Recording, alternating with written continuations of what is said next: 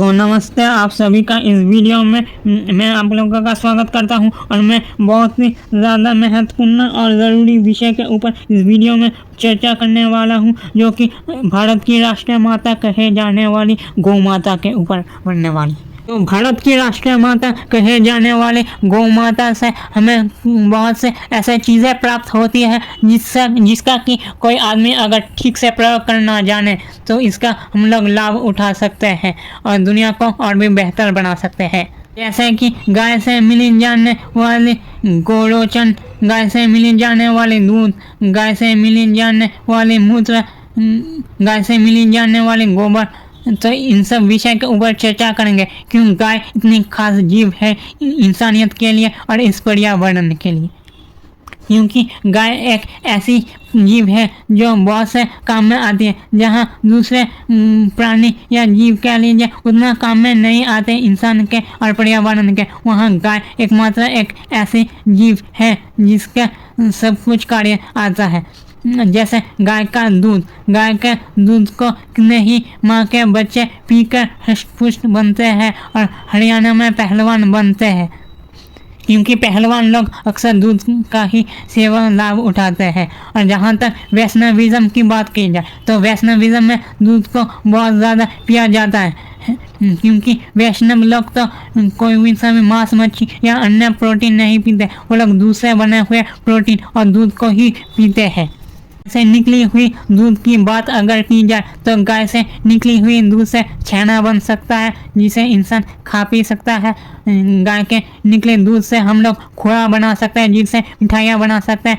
गाय से निकले दूध से हम लोग तमाम ऐसी चीज़ें बना सकते हैं जो कि जिसका कि हम लोग लाभ उठा सके। गाय से निकले सिर्फ दूध का ही बात नहीं है, दूसरी तरफ चले तो गाय का एक ऐसा मतलब बोला जाता है ये गाय का कान का वो मैल है जिससे कि यंत्र अभिषेक या कोई भी अच्छे कार्य में, कोई सा भी अभिषेक में उसे काम में लाया जाता है। गाय से निकली हुई गोरोचन को इसी यंत्र के अभिषेक के लिए अति उत्तम माना जाता है। अगर गाय से मिली गोरोचन से आप श्री यंत्र को अभिषेक करते हैं तो इसे बहुत खास माना जाता है, क्योंकि अगर आप आर्थिक समस्या से जूझ रहे हैं तो गाय से निकली हुई गोरोचन आपके बहुत काम में आ सकता है। बस उस इंसान को पता होना चाहिए गोरोचन का इस्तेमाल या व्यवहार कैसे किया जाता है यंत्रार्चन या यंत्र के अभिषेक में। तो यहीं तक खत्म नहीं होती है, क्योंकि गाय का मूत्र भी बहुत पवित्र माना जाता है। जहाँ इस संसार में बहुत से जीव है लेकिन किसी भी जीव के मलमूत्र को इतना खास और पवित्र माना नहीं जाता है जहाँ कि गाय के मूत्र और गोबर को माना जाता है। गाय के मूत्र को बहुत लोग अपने पेट की समस्या को दूर करने के लिए पीते हैं।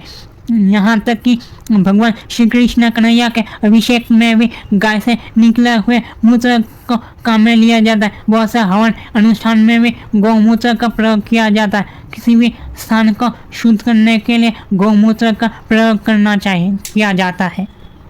ऐसे निकला हुआ मल, गाय के गोबर, जिसे गाय घास या कोई भी सब्जी जो कच्ची हो उसे खाकर जो उसके पेट में पड़ जाता है वो उसे मल के रूप में निकाल देती है गाय। लेकिन उस मल को भी बहुत से पवित्र माना जाता है और बहुत से पवित्र कामों में भी उसका इस्तेमाल होता है। जैसे गाय से निकली हुई कंडे या गाय के गोबर से जो चीज़ तैयार होती है उसे पवित्र यज्ञ अनुष्ठानों में काम में लिया जाता है। जो आदमी गाय का अच्छी तरह से देखभाल और पालन करता है वो आदमी एक बहुत ही अच्छा और पुण्य का काम करता है, क्योंकि वो आदमी गौ संरक्षण में काम आता है। अन्य देश का तो बात छोड़ ही दो, अन्य देश में गाय को उतनी महत्व नहीं दिया जाता है जितना कि भारत में दिया जाता है, क्योंकि भारत के लोग गाय की महत्व को समझते हैं और भारत के लोग इसी तरीके से गौ माता के संरक्षण में ध्यान दें और गाय के महत्व को बनाए रखें। यही इस वीडियो का उद्देश्य है कि आप तक एक अच्छी बात को पहुंचाना कि गाय को पालन करना एक बहुत ही अच्छा कार्य है जिससे बहुत लोगों को मदद मिलती है। गाय से जो भी हमें चीज़ प्राप्त होती है वो हमें बहुत से काम में लगता है और जो इसका फ़ायदा उठा सकता है वो जानता है। गौ माता दुनिया के मेंटेनेंस में मतलब संतुलन बनाए रखने में कितना ही बड़ा योगदान देती है, इसलिए गौ माता को हमें प्रणाम करना चाहिए। अगर इस वीडियो को आपको पसंद आई हो तो धन्यवाद।